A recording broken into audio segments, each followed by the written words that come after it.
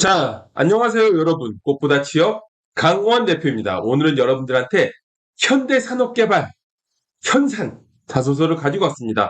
오늘도 공고 부분을 살짝 보고서 여러분들이 정말로 도움될 만한 자소서 분석을 집중적으로 보도록 할게요. 오늘 제가 하는 얘기를 글로 보고 싶으신 분들은 네이버에 꽃보다 취업을 검색하셔서 블로그에서 찾아보시면 되고요.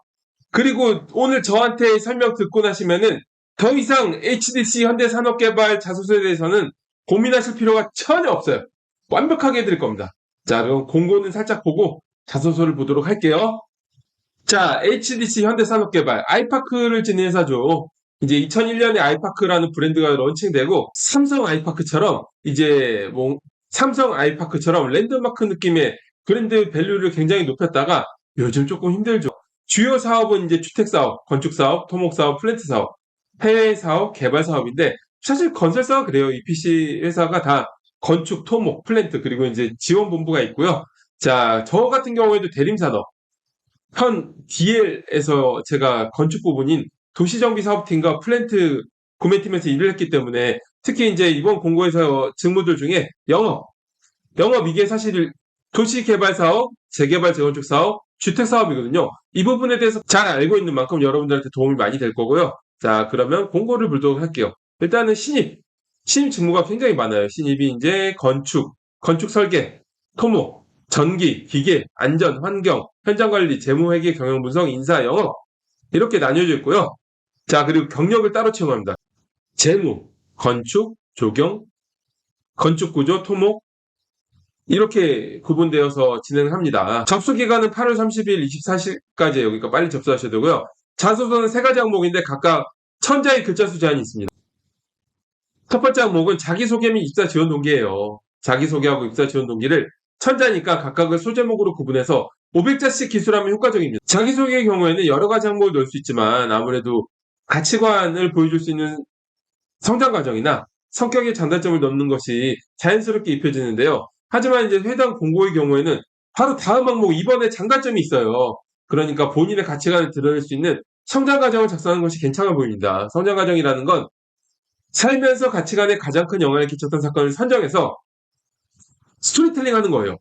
이걸 학생들이 과정이라는 워딩에 집중해가지고 여러 가지 경험을 과정처럼 나열하는 경우가 있는데 이러지 않도록 노력해야 돼요. 스토리텔링의 효과적인 방법은 상황 제시, 문제점, 그리고 해당 문제를 겪으면서 얻게 된 역량의 순으로 나열하는 것입니다. 특히 문제점을 여러분들이 집중해서 얘기해야 돼요. 문제점을 임팩트 있게 여러분들이 설정하지 않으면은 그 전체가 힘이 없어져요. 예를 들어서 여러분들이 드라마나 웹툰을 보는데 스토리텔링을 보는데 주인공이 아무 문제가 없는데 막 열심히 해서 뭘 했대. 임팩트가 없겠죠. 이 문제점에서 공감력과 흡입력이 살아나니까 특별히 포인트를 둬야 되고요. 특히 해당 과정에서 본인이 수행한 역할을 구체적으로 풀어내야 됩니다. 그리고 500자 자기소개를 넣었으면 500자 지원 동기를 넣어야 되겠죠. 지원 동기의 경우에는 왜 해당 기업인지, 왜 해당 직무인지를 나누어서 작성해야 되는데요. 왜 해당 기업인지는 지원자로서 프라이드를 가질 만한 내용을 진정성 있게 풀어내야 돼요. 키워드를 따져보면 성장, 도전, 비전, 최초, 최고 등의 키워드로 서칭하면은 효과적인 재료를 찾을 수가 있겠죠. 자, 그리고 두 번째. 신입의 경우에는 이제 본 입사 후 포부인 성격의 장단점이라고 되어 있고, 경력직의 경우에는 직무 경험과 보유 역량을 이제 천재를 작성하는 건데요. 자, 3번에 입사 후 후보가 있어요. 그래서 이번에는 장단점을 작성하면 돼요. 이제 여러분들이 500자 기준으로 장단점을 작성할 때는 소제목의 장점 관련 문구를 기술하고 이제 장점 관련 부분을 바로 작성하는데 입증할 만한 관련 경험을 삽입해서 300자 후반 정도로 기술하면 돼요. 그 후에 단점을 작성하되 너무 크리티컬한 것보다는 장점이 과해서 단점이 된 느낌으로 개선 의지하고 함께 풀어내면 됩니다. 하지만 글자 수 제한이 천자이므로 장점에 대한 스토리텔링 500자 정도를 하면 돼요. 예를 들어서 꽃보다 취업 학생들 마스터 자소서 기준으로는 자, 이런 경우에는 여러분들 500자짜리로 제가 항목을 만들어줬잖아요. 그렇기 때문에 그냥 그거를 장점으로 넣어요. 그리고 첫 번째 문장에 이런 것에 기반하여 업무를 수행하고 있어 장점입니다. 라고 넣으면은 사실상 600자 가까이 되겠죠. 그리고 제가 만들어줬던 단점에 대한 부분까지 합쳐서 800자 정도로 작성하면 좋을 것 같습니다. 경력직의 경우에는 직무와 직접적으로 관련된 전문적인 업무 경험과 캐릭터적 역량을 소제목으로 구분하여 풀어내야 됩니다. 업무 경험의 경우에는 어떤 업무를 경험하였는지 구체적으로 풀어내야 돼요. 그런 부분에서 전문성을 얻게 된 것을 기술하면 되는데요. 그리고 소제목으로 구분해서 캐릭터적인 역량을 작성하는데 캐릭터적인 역량이 뭐가 있을까요? 커뮤니케이션 능력, 추진력, 기획력 같은 것들이 있겠죠. 그런 것 중에서 여러분들이 지원 직무에 가장 필요한 역량 하나를 선정해서 관련 경험과 함께 스토리텔링을 하면 됩니다. 자, 그렇게 하면 되고요.